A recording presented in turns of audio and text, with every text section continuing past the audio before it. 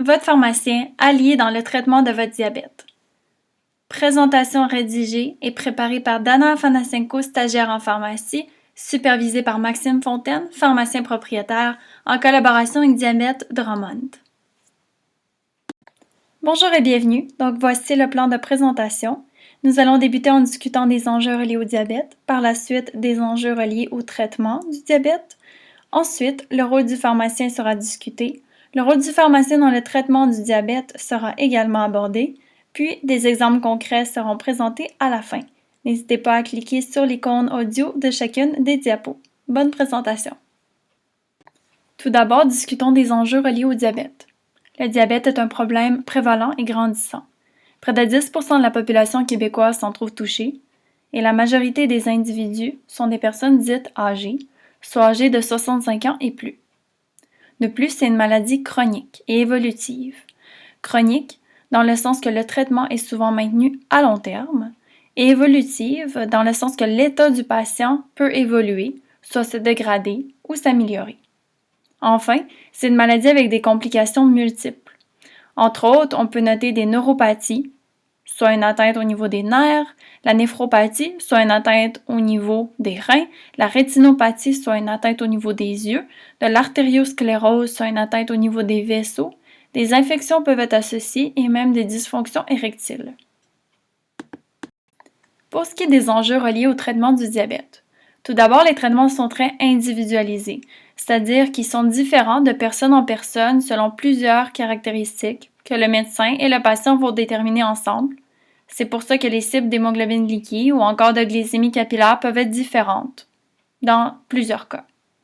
Les buts de traitement sont également divers. Pour certaines personnes, on visera une perte de poids. Pour d'autres personnes, on visera de limiter les effets secondaires pour mieux tolérer les traitements ou même d'avoir une absence de symptômes de la maladie.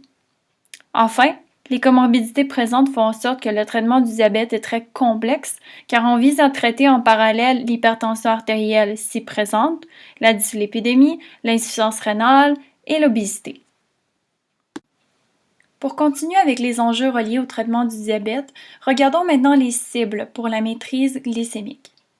En haut à droite, nous avons les cibles thérapeutiques de la glycémie capillaire, c'est-à-dire le taux de sucre qu'on retrouve dans votre sang au moment de la prise de la glycémie avec la goutte de sang. À jeun, on vise généralement de 4 à 7. Et 2 heures postprandiales, on vise 5 à 10 ou 5 à 8 selon le cas.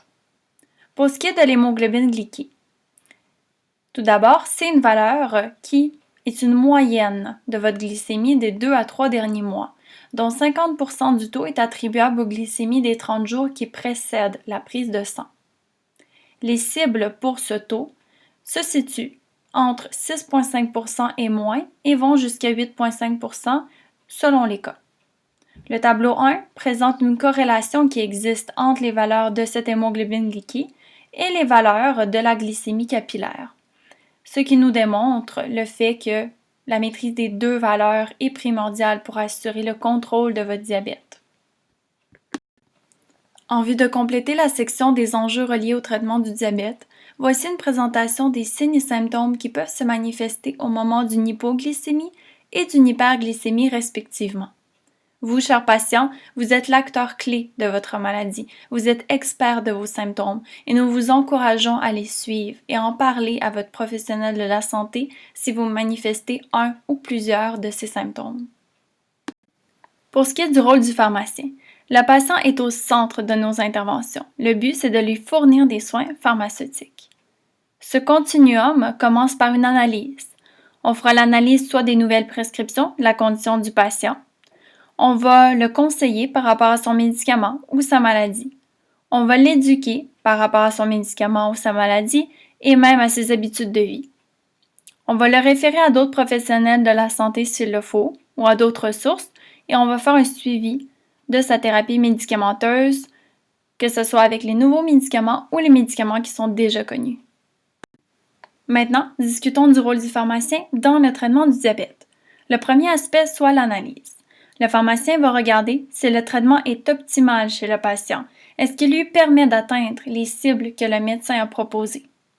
Est-ce qu'il est sécuritaire pour le patient? Est-ce que le patient a une atteinte rénale qu'on doit considérer? Est-ce que le patient prend d'autres médicaments qui pourraient interagir avec le nouveau médicament prescrit? Le deuxième aspect soit conseillé. Le pharmacien va conseiller sur l'effet du médicament, c'est-à-dire qu'est-ce qu'il va faire contre la maladie, les effets secondaires auxquels pourrait s'attendre le patient, et la technique d'utilisation, soit comment le patient doit prendre le médicament pour qu'il soit efficace, sécuritaire, optimal. Troisième aspect, soit l'éducation. Le pharmacien pourra éduquer sur d'autres aspects que le médicament lui-même, soit la nutrition, l'activité physique, le sommeil et la cessation tabagique. Le quatrième aspect, soit de référer. Le pharmacien pourra référer en tout temps le patient vers d'autres professionnels de la santé, comme des médecins, infirmières, nutritionnistes, psychologues et même en vue d'avoir des thérapies cognitives, par exemple. Le cinquième point, soit de suivre. Le pharmacien va s'assurer de faire le suivi auprès du patient, soit en suivant l'efficacité du traitement. Est-ce que les cibles sont atteintes? La tolérance au traitement. Est-ce que le patient a des effets secondaires? Et l'adhésion au traitement. Est-ce que le patient prend son médicament comme il le doit? Maintenant, regardons des exemples concrets. Vous, chers patients, vous souhaitez vous assurer que vos cibles de traitement sont atteintes. Dans une des situations, les cibles de traitement peuvent avoir déjà été indiquées par votre médecin traitant à votre pharmacien. Ainsi, le pharmacien a plusieurs possibilités d'action. Premièrement, le pharmacien peut vérifier vos résultats de laboratoire s'il y a des valeurs récentes. Entre autres, via le dossier Santé Québec, qui est une plateforme sécurisée qui contient vos résultats, qui sont partagés entre les professionnels de la santé qui vous traitent. Le pharmacien pourra même vous prescrire une analyse de laboratoire si une valeur récente n'est pas disponible, par exemple pour ce qui est de votre glycémie ou même de votre hémoglobine glyquée. Enfin, le pharmacien peut même assurer le suivi de vos cibles de traitement, c'est-à-dire qu'il peut faire un suivi même à tous les 3 mois si le traitement est nouveau ou a été changé récemment, ou 6 mois si votre traitement est déjà connu, et même en tout temps si vous avez des symptômes. Dans le cas de droite, si les cibles de traitement n'ont pas été indiquées par votre médecin traitant, le pharmacien peut quand même analyser votre dossier et il peut quand même communiquer en tout temps avec le médecin pour lui proposer une cible de traitement. Dans un tel cas, le médecin pourrait indiquer la cible de traitement au pharmacien et par la suite, le pharmacien pourra toujours agir de la même façon que dans le cas de gauche, soit pourra vérifier vos résultats, prescrire des analyses et assurer le suivi. Selon l'étude UK-PDS, une réduction de 1% de votre hémoglobine glyquée diminue les risques de complications de 37% et même de décès reliés au diabète de 21%. D'où l'importance, entre autres, de s'assurer que vos cibles de traitement sont atteintes. Regardons maintenant un exemple concret d'une prescription où les cibles de traitement ont été indiquées par le médecin traitant. Nous avons assuré les informations du patient et du médecin traitant pour cause de confidentialité. Premièrement, il est inscrit d'arrêter le Forxiga pendant 2 semaines pour cause de balanite réfractaire. Le Forxiga est un médicament utilisé dans le diabète qui peut causer des cas de balanite comme effet secondaire. La balanite, c'est une inflammation de l'extrémité du pénis, soit du gland, qui peut être associée à une bactérie ou à un champignon. Dans 2 semaines, il est inscrit de contacter le médecin si la balanite persistait. Par contre, si la balanite était résolue, alors on pouvait débuter le Jardiance. Le Jardiance est un autre médicament utilisé dans le traitement du diabète qui, selon les données, montre peu de cas de balanite comme effet secondaire. Le médecin a également diminué le diamicron. Dans ce cas, ce n'est pas relié à la balanite en tant que telle, mais ça a été fait par le médecin au même moment que la gestion de l'effet secondaire. C'est marqué à droite que le pharmacien a obtenu l'accord du médecin en vue d'ajuster les traitements selon les cibles. Les cibles ont d'ailleurs été indiquées. La glycémie à jeun qui est visée est de 4 à 7. La glycémie après le repas, soit postprandial qui est visée, est de 5 à 10. Ces données sont en millimoles par litre, mais n'ont pas été indiquées. Ce sont juste des unités. L'hémoglobine glyquée a également été indiquée et doit être visée en bas de 7%. Ainsi, nous voyons que le pharmacien peut tout simplement ajuster votre traitement directement à la pharmacie maintenant que nous avons les cibles indiquées par le médecin. Prenons en exemple maintenant une deuxième situation. Vous, cher patient, vous présentez des effets secondaires à vos médicaments? Consultez votre pharmacien. Tout d'abord, le pharmacien peut vérifier vos résultats de laboratoire. Dans certains cas, le médicament peut s'accumuler au niveau de vos reins. Et si vous présentez une atteinte au niveau de vos reins, le pharmacien peut vérifier si le médicament est sécuritaire pour vous. Le pharmacien peut aussi administrer un médicament afin d'en démontrer l'usage approprié. Par exemple, si vous présentez une réaction au site d'injection de votre médicament, le pharmacien pourra revoir la technique d'injection avec vous. Le pharmacien peut aussi proposer une modification à votre traitement via une opinion pharmaceutique à votre médecin. Le pharmacien peut conseiller et servir un médicament pour traiter l'effet secondaire que vous présentez.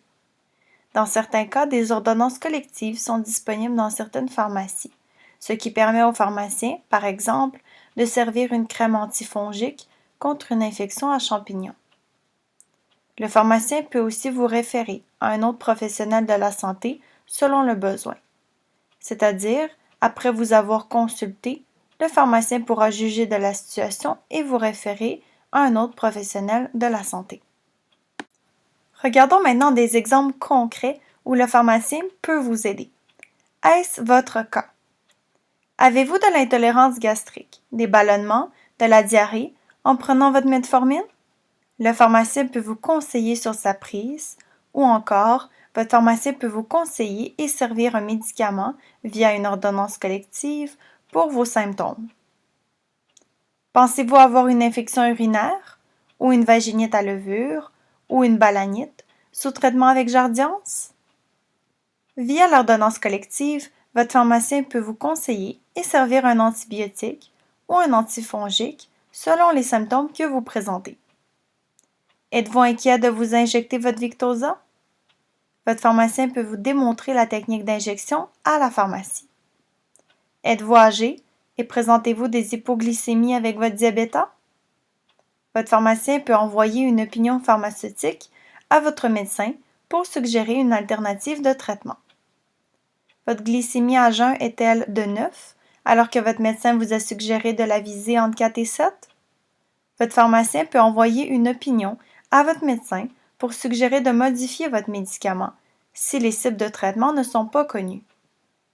Cependant, si les cibles de traitement sont connues par votre pharmacien, alors votre pharmacien pourra ajuster votre traitement directement à la pharmacie. Est-ce votre cas?